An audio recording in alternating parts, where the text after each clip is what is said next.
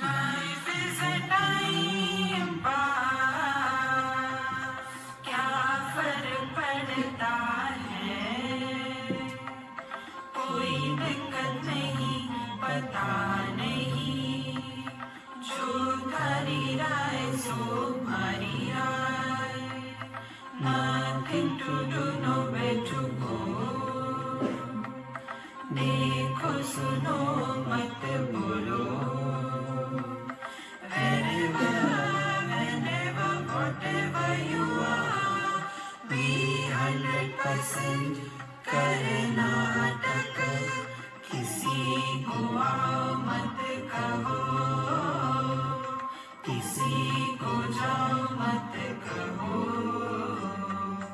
ना कुछ पाना ना कुछ खोना, who asked you live at zero complete level, मौज में रहो, be happy.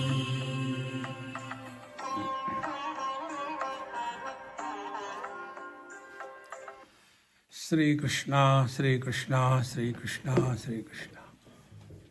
Gurur Brahma, Gurur Vishnu, Gurur Devo Maheshwaraha, Guru Sakshat Param Brahma, Tasmai Shri Gurave Namaha, Tasmai Shri Gurave Namaha. Let us start with a story so that you don't carry the burden of spirituality on your head. I have seen the so-called spiritual people are as miserable as average people are not. They are relaxed. But the so-called spiritual people, they become someone extraordinary. See? So let us start with the story. I was watching TV, that is my time pass. And it was some Animal Planet something going on. So one tiger was chasing a deer and ultimately he succeeded and bounced on that deer and caught hold of the neck and he was struggling with that. So there was a small little girl like that of Pallavi sitting with me. So she said, Swamiji, see how the tiger is bad, is killing that one. He will get sin. He will go to hell. So I kept quiet. Don't you agree with me? I said, yes, I agree with you. And close the topic. But then the mother of the child, she again opened up that topic. Swamiji, you said yes to her. I said, look here, she is at that stage, this is enough for her. You cannot talk the principle of AI to a child. You require to be a grown-up person. See? So I was talking to her mother. I said, look here, Bhagavad Gita says, Shariram kevalam karma kurvan napnoti kilvisham. When you are hungry and you want food and therefore you eat food, this desire to fulfill our hunger, the desire to protect us from the cold, the desire to protect us from the heat, the desire to protect us from the fire is a natural phenomena.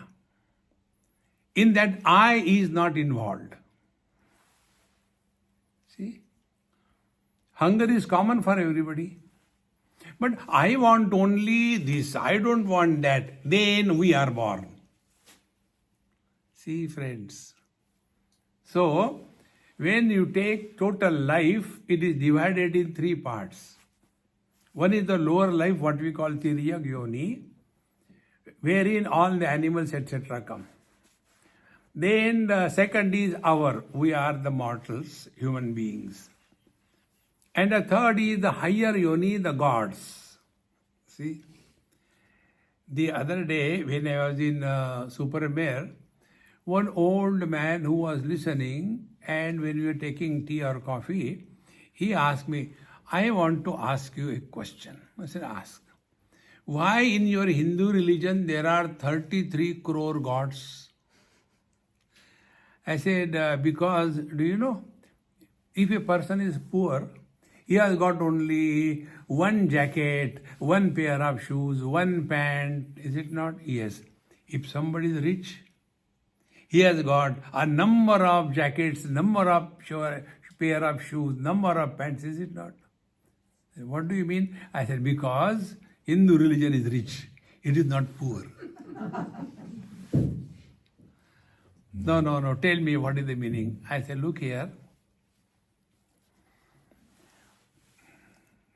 What happens, we have never spent time on inquiry. We normally react.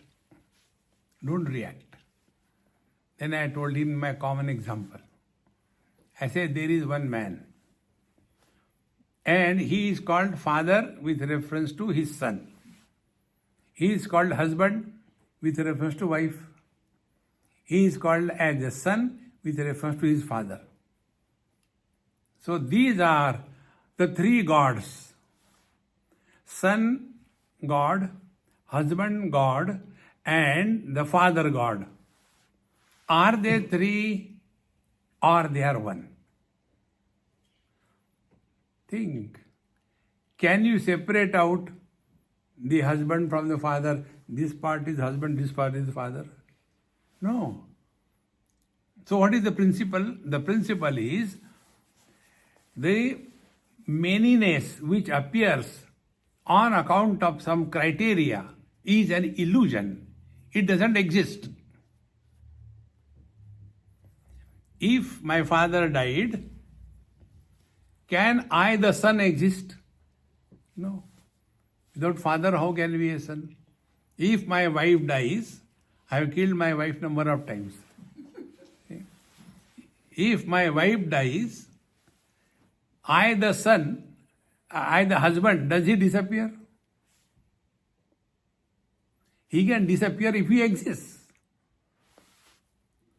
Therefore, these three are the avatar of one man. In the same manner, depending on the functionality, one is referred as many. This is the basic principle, which is not dealt with in any philosophy. See? Like one vision, many colors and forms. One mind, many sense organs and many organs of action. See? One eye, many, sometime happy, sometime miserable, sometime miserable, sometime miserable. Happy rarely. See? And then one life, but then he is a waker, he is a dreamer, he is a deep sleeper. So, the whole world is an expansion of the one without becoming many. But what happens? Ignorant people are focusing attention on the multiplicity, manyness. They are not able to focus attention on the common denominator, which is supporting many. Like we talk about the directions. North, east, west, south. Plus 4 corners, 10. Plus 2, up and down. Has the space become 10? But we talk only about directions. See, friends. And therefore, Vastu Shastra comes into existence. Therefore, Feng Shui comes into existence. Therefore, those various kinds of pyramids come into existence and make fool of us. See, friends. And therefore, when we are living our life, we have to understand from these 3 points of view. One is animal life, where there is no sin or no merit. So when the tiger killed that deer, he did not get a sin. That is called technically as bhoga yoni. The life where suffering is the only criteria. If you see the birds or the animals, what is their life? 4 things. Ahara, nidra, bhaya, maitunancha. Eat, sleep, all the time living in fear, and maithunam, procreation. Other than these 4 things, what the animals do?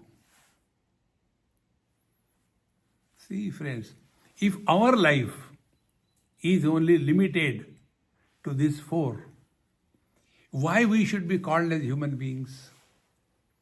And Darwinically speaking, we are animals. But Vedantically speaking, we are not animals. See, friends, how important it is. Second thing, animals don't have relations. Human beings have. A calf born out of a cow becomes mature enough, becomes ready to procreate. For him, it doesn't matter whether it's another cow or a mother or a sister. See, friends. Therefore, as human beings, we should not equate ourselves with the animals. But if we see into our own life, then what is life? Only eating, sleeping, and all the time worried, insurance, and ultimately procreation. What next? See, friends. And therefore, we study and come for Satsang. Here we are told, what life we have been living is not ultimate. There is higher potentiality dormant in every one of us. I'll give an example to make this point. There was a very rich man, but absolutely illiterate. So he heard, these days they are talking about computer. What is that computer? He doesn't know anything. He told his subordinate, go and get best computer. Don't worry about money. And he got computer, spending maybe a few $1,000s. I put it there. Now what we have to do? Look here. Every day, whatever expenditure I do the summation total of it. So 10 rupees vegetables, 20 rupees milk, 30 this thing. Total it. To total that, he is using the computer. The computer has got so many higher potentialities, but he is using it only for summation. In the same manner, human life has got many higher potentialities dormant, but where we are lost, only eat, sleep, security, procreation. See, my friends. Therefore, the first step to be taken on the spiritual path is we all are human beings and not animals.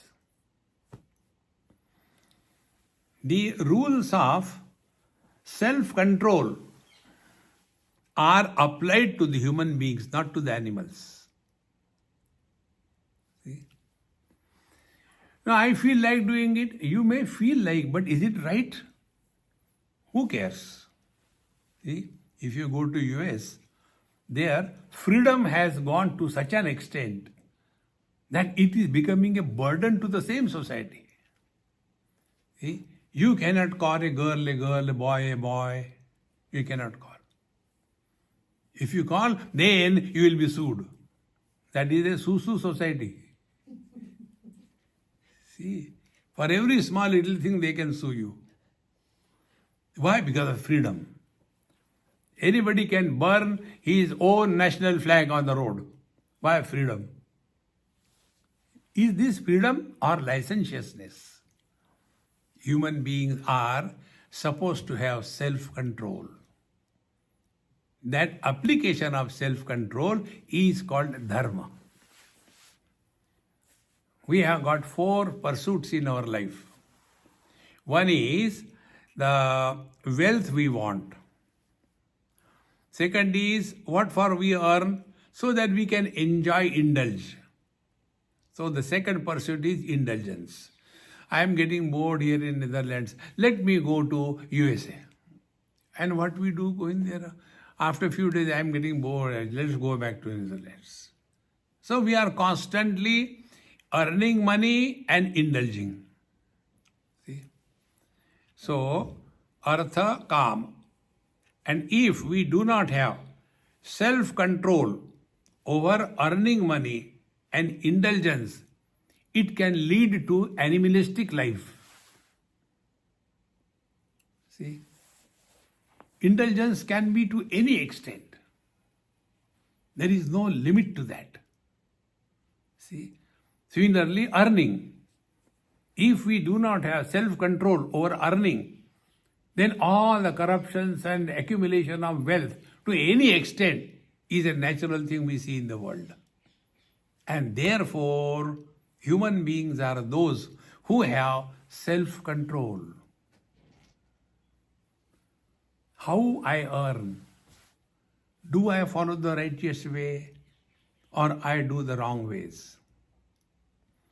Do I indulge within limits or I indulge like animals?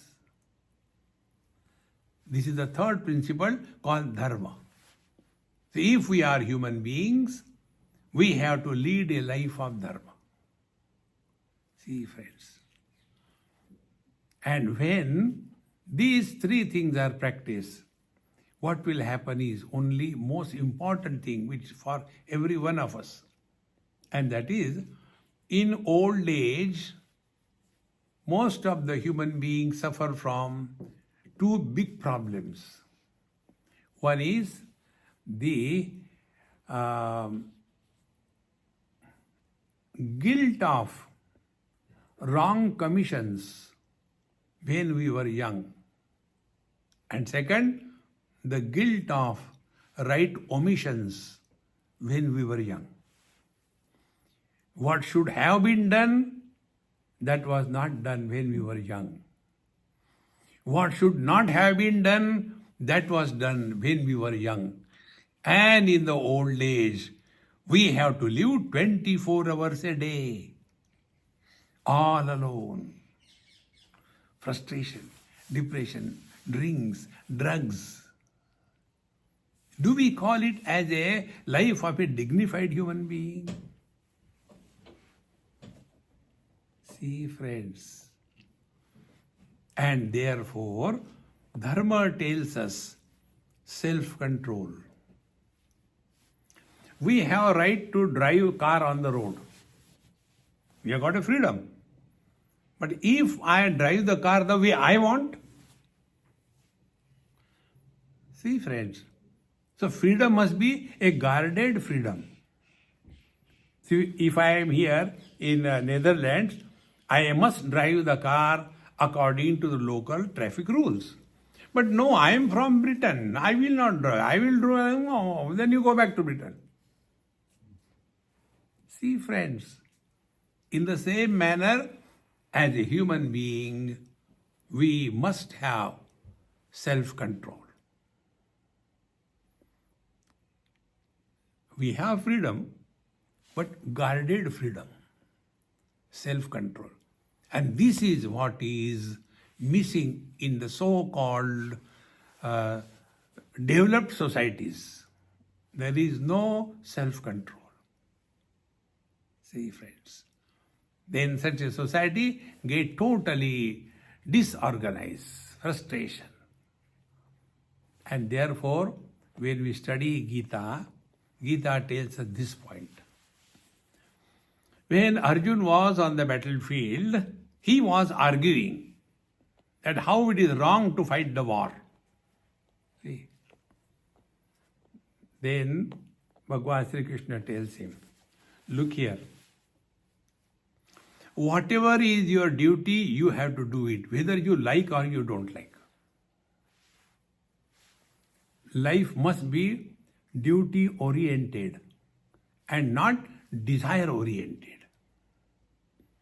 When the life is duty oriented, we are leading a responsible life. So what is my duty towards my parents? What is my duty towards my society? What is my duty towards myself?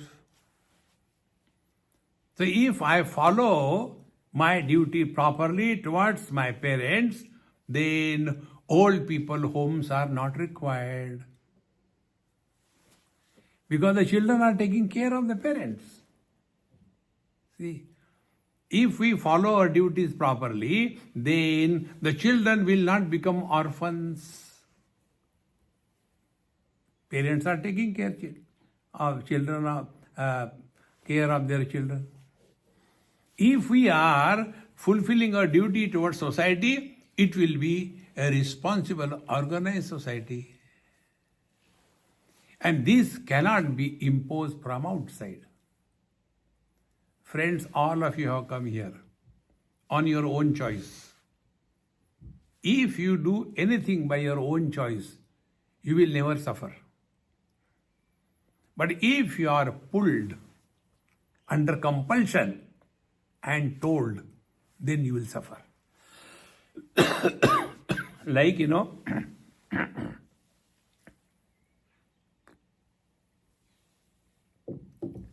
I get up pretty early in the morning. I have no problem. But the other day I was going somewhere and somebody was to join with me and we had to go to airport very early. So my friend told me, Swamiji, tomorrow morning flight, you will please wake me up. I can't wake up, So for me, waking up in the morning is natural. Therefore, it is not a problem. It is not a bondage. It is not a punishment. But those who have to wake up early in the morning, oh God, can't we have a later flight, so early morning? In short, whatever is imposed on us is a bondage. Whatever is practiced willingly is a freedom. See, friend, that is freedom. And therefore, Bhagavan tells Arjun very clearly, Arjun, you are on the battlefield.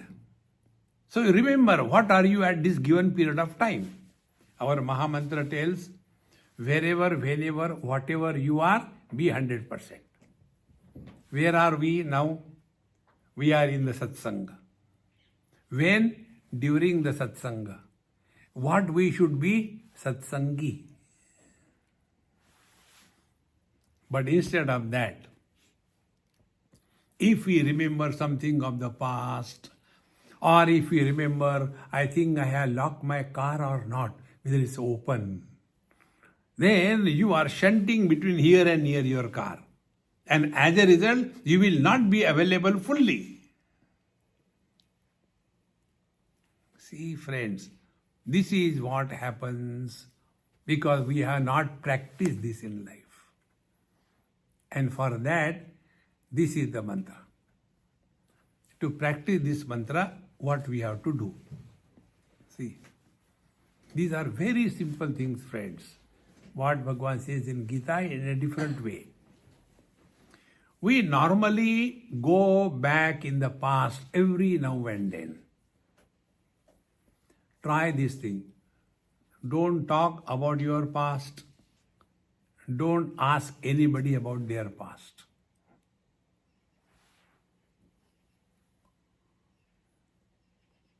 Without any efforts, you are now. Whenever we go away from the present, efforts are required. You will see whenever people meet, what they talk, the same thing. Remember we met there. We have to learn to remain in the utter present. If we don't do that, we lose the best chance of our spiritual life. Therefore, first is this. Now, second thing is where we are and when we are. When we are, now we are. Where? In the satsang. So what should be our position? Only a satsangi. No mother, no father, no brother, no sister, no husband, no wife, no guru, no disciple, no nothing. Just be.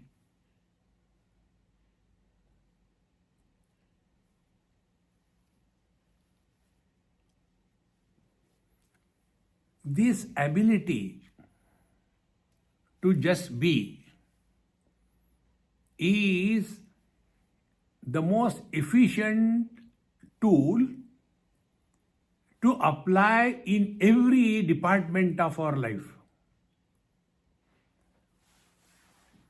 100% present as a mother, 100% present as a wife, 100% present as a boss, 100% present as a subordinate. We will always be relaxed. See? And for that, this is the technique. Because Arjuna was arguing, intelligent people are more argumentative than simple people. Because God has given them one disease.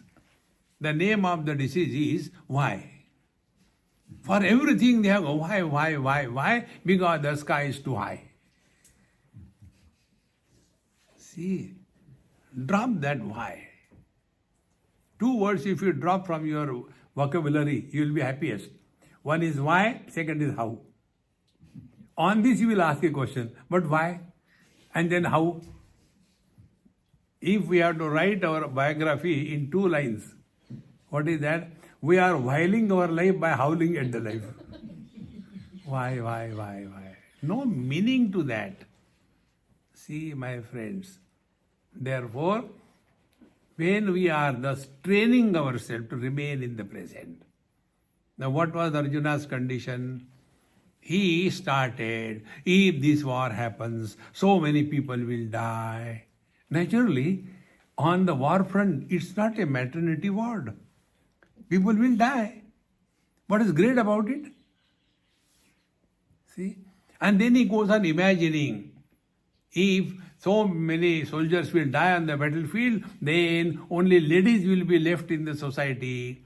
And then the external invaders will come. There will be a crossbreeding and a new generation, new society will be formed. They will not have any religious bondage and they will be leading a life of animals. Oh God, what a terrible thing is going to happen. We should not fight the war. Nothing has happened. But he goes on imagining. This is because we have not tried the simple thing. Remain in the present. Keep on imagining about the future. See? The same thing, whether it is a spiritual path or your material life. In both the places, it is the same mind. The mind which is available to us as a tool, but not as a burden. Is our mind a tool for us or is our mind a burden for us? Think how important it is. And if we are taking the mind as a tool for us, then we have to maintain the health of that tool. See? I'll tell you about this very important thing. Once, many years before, you tell us, don't go in the past, but you are going in the past. Yes, I am going in the past. But learn important thing.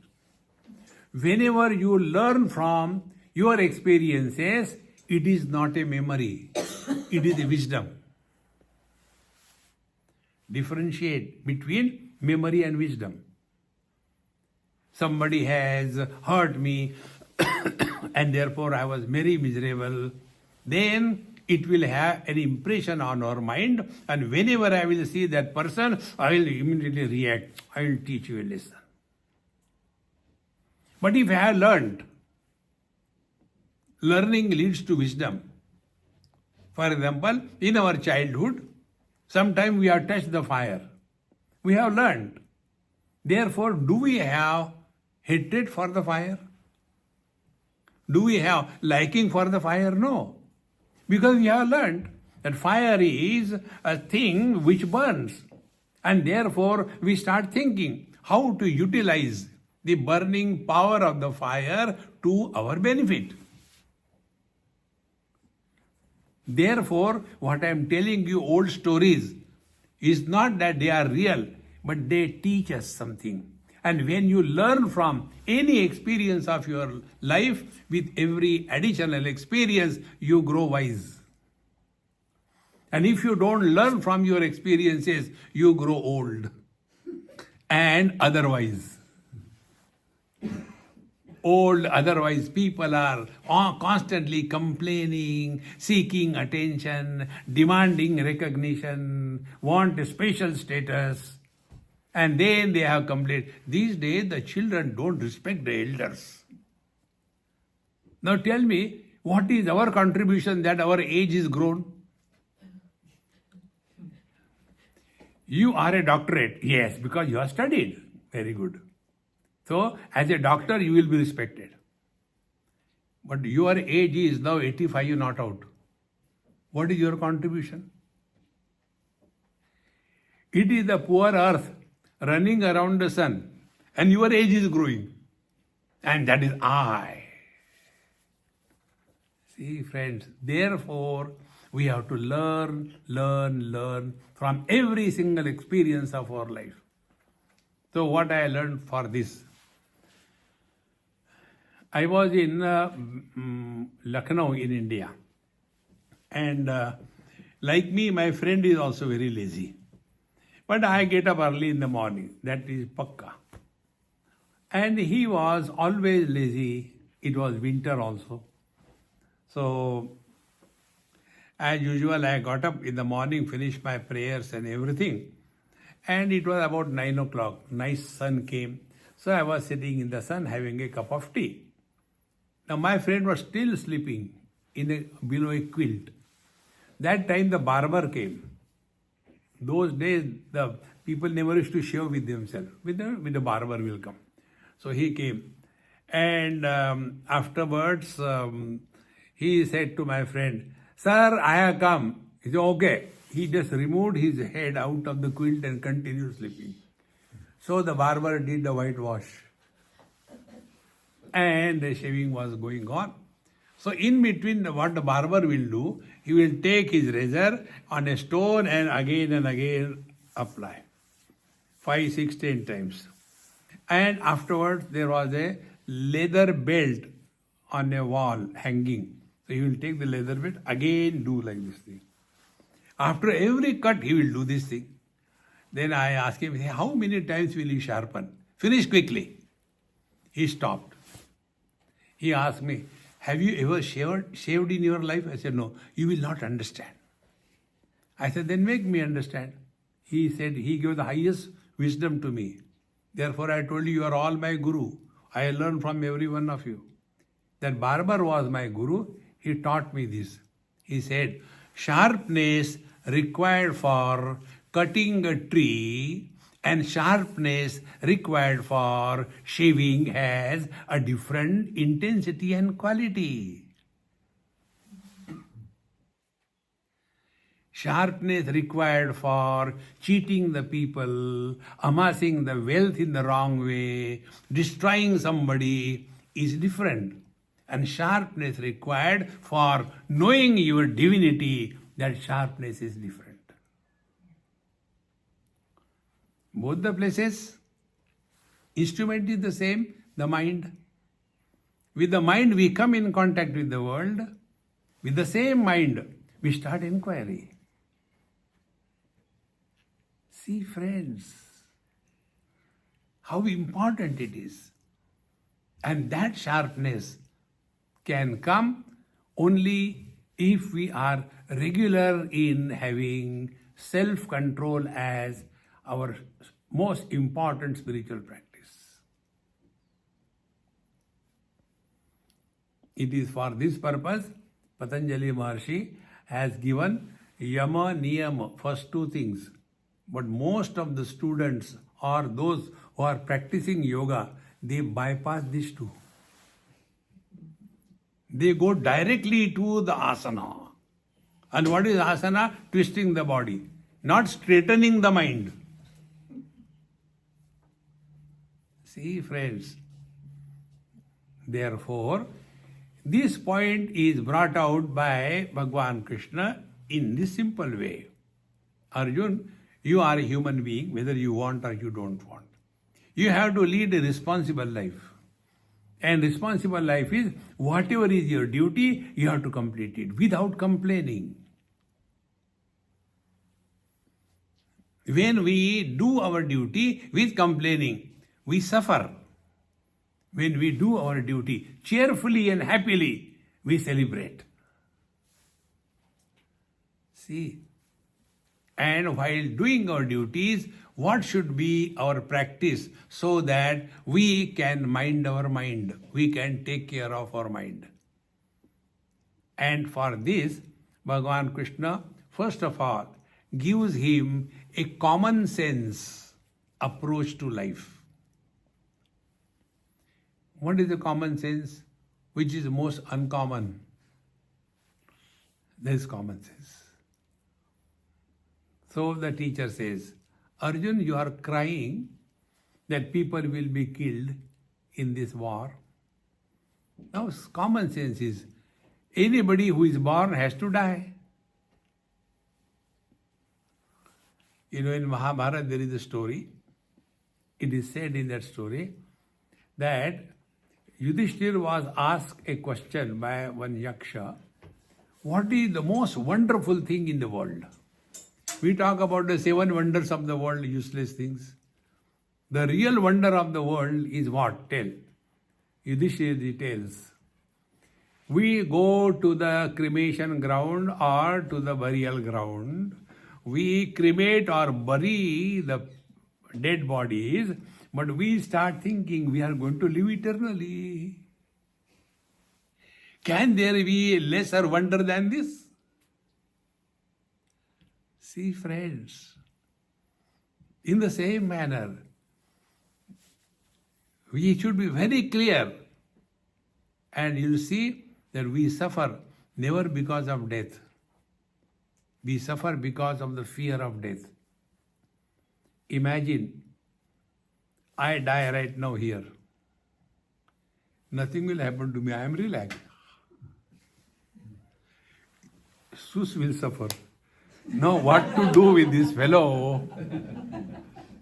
He has to die here only. Go and die in your own house, not here.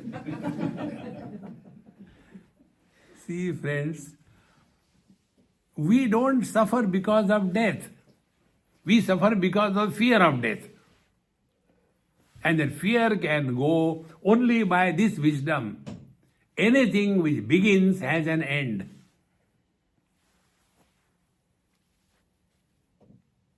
See, my friends, and what will you do by living long? Once somebody told me, Swamiji, please bless me. I said, may you live happily. Further, I said, that is enough. No, but normally the people say, may you live long. I said, I don't want to curse you. These are common things, it's so simple. Somebody is living for 20 years. Other person lives for 100 years.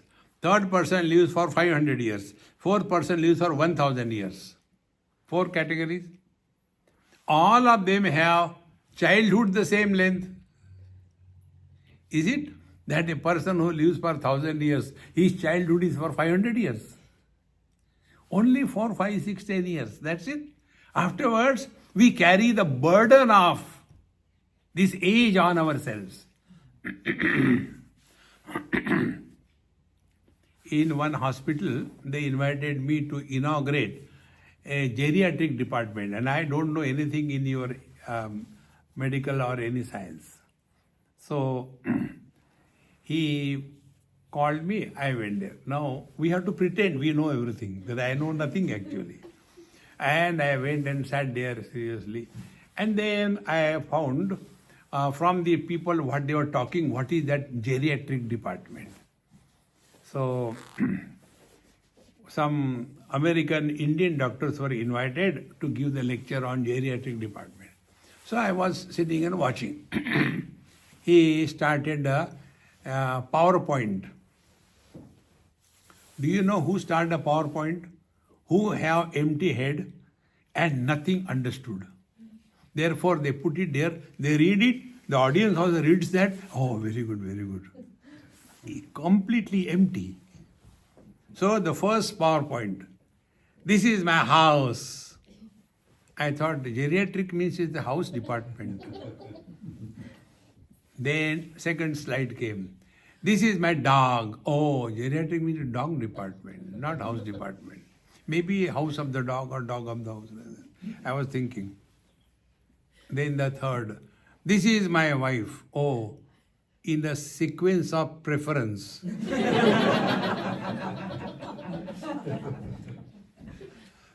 See? And after some time, I came to know the geriatric department is the department of oldies. So, then Swamiji, please inaugurate. Cut the ribbon, lit the lamp. I said, am I allowed to speak? Yes, yes, Swamiji, we want your blessing. I said, okay. Please, no. Why don't you allow people to die? You are responsible for changing the demography of the whole world. Earlier, people used to die. Now they refuse to die. Come on, this is too much. What will we do by living long? Are we required? See, friends, one of my friends is no more. He was retired. So one day I asked him, I said, Uncle, how many years you are retired? And do they give you sufficient pension? Swamiji, I have taken more pension than the salary that I have earned in my life. He served for 20 years. He was taking pension for more than 60 years. Where the government will get money from? Therefore, long life cannot be the criteria of life. See, friends. Therefore, this body is born, it will grow, it will perish. This is the rule. You can't change it. So there is only one option. Accept gracefully, accept miserably. Acceptance is no option. It's compulsory. The more we start living our life with this wisdom, we will never be worried about the future. I don't know what will happen after I die. First you die, we'll decide later. All the time, the same thing again and again and again. Therefore, Bhagavan says, Dehinosmin yatha dehe kaumaram yauvanam jara tatha dehantara praptihi dhirastatra namuyati. We were all born as children. Do you remember your childhood? When we were kids, anybody will come and pick us up, hug us, kiss us and all that. But I don't know what happened to people now. They look at me and go away. I am the same. How many bodies we have changed since childhood? Have we ever filed a FIR in the police station? Hey, my childhood body is lost. Please find out where it has gone. Teenage gone. Middle age gone. Old age will also go.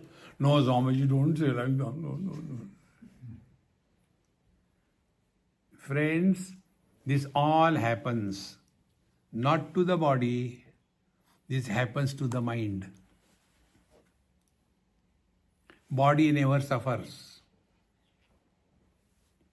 It is the mind that suffers. If there is a stain on my cloth, I have to use stain remover. I can't use fire. I can't do japa. I can't do yoga to remove the stain on the cloth. Appropriate means to remove the appropriate problem. All the problems are in the mind. And the problems are that of wrong notions. Wrong notions had to be corrected by right understanding. Normally, what is done? We replace the notions. Earlier, I was a non-vegetarian, but now I am a vegetarian. See? Earlier, I was sleeping very late, up to 10 o'clock. Now, I wake up at 9:45. See? Earlier, I always used to go to the movies in the theater. Now I watch at home. That I still maintained. See? Earlier I was young. Now I am grown up. So what are you referring to? This I who doesn't exist. Friends, Bhagavan tells Arjun the same thing. Remember, our life has got three components. Number one, whatever we do in our life, it has only two ends. Either we succeed or we fail. See? Second thing, when we succeed, we gain. When we fail, we lose. When we gain, we are happy. When we lose, we are miserable. So these are the complementary opposites of the biography of our life. There is nothing beyond these three. And these three pairs, because we have not learned, we have not educated ourselves, we suffer because of that. See? We do something and then if we succeed, you must be watching the tennis matches on the TV. See, when they get a proper shot, you see the football fellows, they start running like mad and remove their shirt and throw. See? And if they lose their shot, they'll break that racket. Worse than animals. See? That is not a life of a dignified human being. Therefore, this is the rule of life. Sometimes we win, sometimes we lose. That's it. Accept it gracefully. And then only we can maintain the quality mind of a dignified human being. See? Therefore, victory and defeat is natural. And how we take it? I'll tell you an example about this. In California, in San Jose, there is a friend of mine. She has a son, very bright child, maybe in class 7 or 6 like that. And one day he was just watching this chess, and he got interest. So he went to the chess teacher to learn chess, how to play that. And he got the whole thing so quickly. Within a period of 1 month, he defeated all the students in the class. And he represented California to other states. Within a period of 2 months, he became like that. So naturally, he was so happy. No, Mom, I am going to do that. I am going to go at the national level. So mother said, be cool. Everything is good. Don't worry. He went out of the 5 rounds, 4 he won, 5th he lost. And when he came home, see, this is what a real mother is. She said, I am happy you lost one. She said, because you lost one, you are maintaining your balance. If you win all the time in life, you lose the sense of proportions. Life is not only victory. Life has got both the shades. Sometimes we win, sometimes we lose. But we should maintain our equanimity under all conditions. This is a mother. Now, where was the attention of that mother? On the quality of the mind. All the time, it's not human beings. See? And therefore, when we win is good, we should. When we get defeated, we should accept the defeat gracefully. Both are the parts of life. Similarly, we gain sometime, we lose sometime. Yes.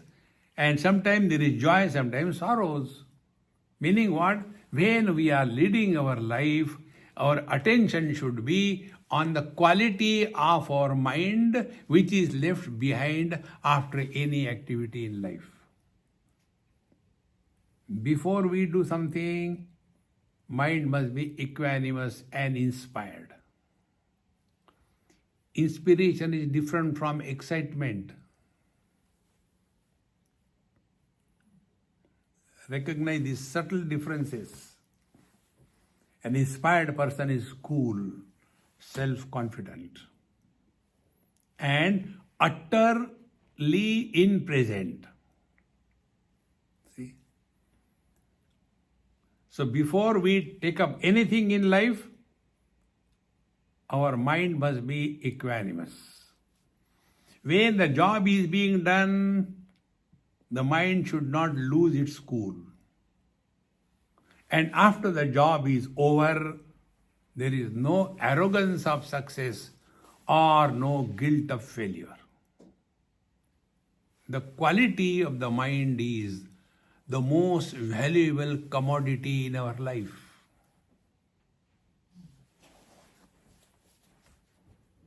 This is how we have to keep our mind properly sharpened, like that barber was doing it. After every cut, he will take care. Now we all take care of our house, of our body, food. There is one funny thing these days throughout the world, organic food. Is there something inorganic food or what? Food is always organic. See? But no, we eat organic food. I don't eat vegan, no, useless. See? Take care, no doubt. I do yoga. I do pranayam. Very nice. What care we have taken about our mind. Right from childhood till date, neither our parents teach us how to think, nor our elders teach us how to think, nor anywhere they teach us how to think. We normally react in life. Thinking is different, reaction is different. Thinking is different, worrying is different. See? Therefore, Bhagavan says to Arjun, look here, my dear, you are here on the battlefield. Remember this much. At this time, you are neither a grandson, nor a disciple, nor a brother. You are a warrior. That's it. How simple this message is.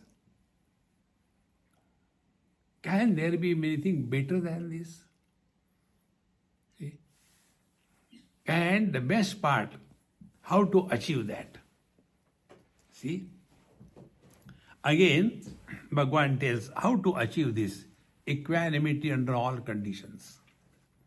He gives 4 principles.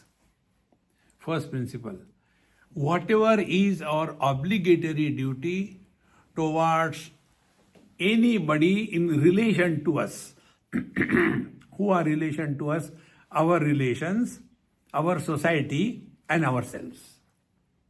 We have obligation for these 3 factors. Our relations. They have to help us. and we have to help them. Don't run away from them. See? Therefore, that is our duty. Do it. We are not obliging. First. Now, how do we do our duty? Are we doing anything in our life for what? Now, this is the most important principle of life, Bhagavad Gita tells us. See, whatever we do in our life, what for we do? Think. We get married. For what? For becoming miserable? Has anybody ever thought over this topic? I want to get married for becoming miserable. No, for becoming happy. Now further statement, you have got experience, I have no experience. And then some of us, they decide and they come to know, oh, it was my mistake. I should not have married. Then they correct their mistake, divorce. Again for happiness. I was in Hamburg, Germany, many years before, and we had a retreat for 2 days, 3 days. And after second day or so, one lady, she came and asked me this question. Swamiji, I want your advice. I said, okay, what is the question? Question is, you should have come in my life 25 years before. I told, even then I would not have married you. Next. See? Wise people don't get married. Otherwise don't remain single. So, no, not that way. Then, I would not have divorced 3 times. She said, I would not have divorced 3 times. I said, anyway, no, 4th time don't get divorced. Get married and kill that fellow.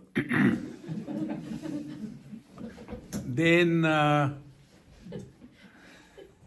afterwards I told her, I said, you asked me question, now I want to ask you a question. Because my life is learning. I want to learn from you. What do you want to learn? I said, yes, you tell me. When you got married for the first time, the couple was W1, H1. Wife 1, husband 1. So your email ID was w1h1@gmail.com. Okay. Separated. Got again married. Then W2, H2. Again separated. Third address, W3, H3. Yes. Now my question is W1 is equal to W2 is equal to W3, or is W2 is equal to 1 plus 1, W3 is equal to 1 plus 1 plus 1, and where are they? Yes, Swamiji, I don't understand anything. I said, I also don't understand. Where they have gone? And who was miserable? You were miserable or the wife was miserable? You were miserable or the husband was miserable? Friends, we all suffer because of those who do not exist.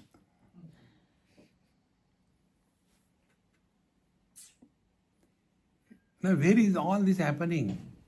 Not in the world, not in the body, is happening in the mind. But we have never spent even a moment in our life to work on our mind. Our mind is making us dance, and we are dancing to the tune of the mind. Be the master of the mind, not the slave. And for that, Bhagavan says, whatever are your obligations, do it not to get happiness, but do it happily. How simple it is. We do some things to get happiness. What is the result? Actions are done in the present. Results come in the future. So what we are doing? We are postponing our happiness in the future period of time, is it not? Now, those who postpone their happiness in the future period of time, even God cannot make them happy. God will tell, hey, be happy now. No, baad mein, later. Arre? How simple it is. So whatever we are obliged to do, whatever is our position in life, fulfill that position cheerfully, happily. You have learned Bhagavad Gita. See? We do the things and keep on complaining, I have to do, no, don't do it. See, there are following options. If it is compulsory, you have to do it happily, do it miserably. Doing it is compulsory. Whether you do it happily or miserably is your choice. See, friends, the more we recognize this basic principle of taking care of the mind is a source of both joy and sorrows. When you don't react, it is joy. When you react, it is a sorrow. See, friends. Then what is to be done? Instead of reacting, let us learn to respond and not react. Response is a wise approach to the given situation. And reaction is the ignorant approach to the given situation. Therefore, this is what our mind can be taken care of according to the principle given in Bhagavad Gita. Whatever we have to do it happily. Or don't do it happily. Our life is like the air hostesses. When you enter, welcome, inside they are boiling. As a result, they suffer from all kinds of, acidity and all kinds of problems. Externally, goody, internally reactions. Whom are we cheating in life? Ourselves. Therefore, friends, we are here to express happiness. We are not here to collect happiness. Give it a try. You have fulfilled your life. Om Purnamadaha Purnamidam Purnat Purnamudachyate Purnasya Purnamadaya Purnameva Vashishyate.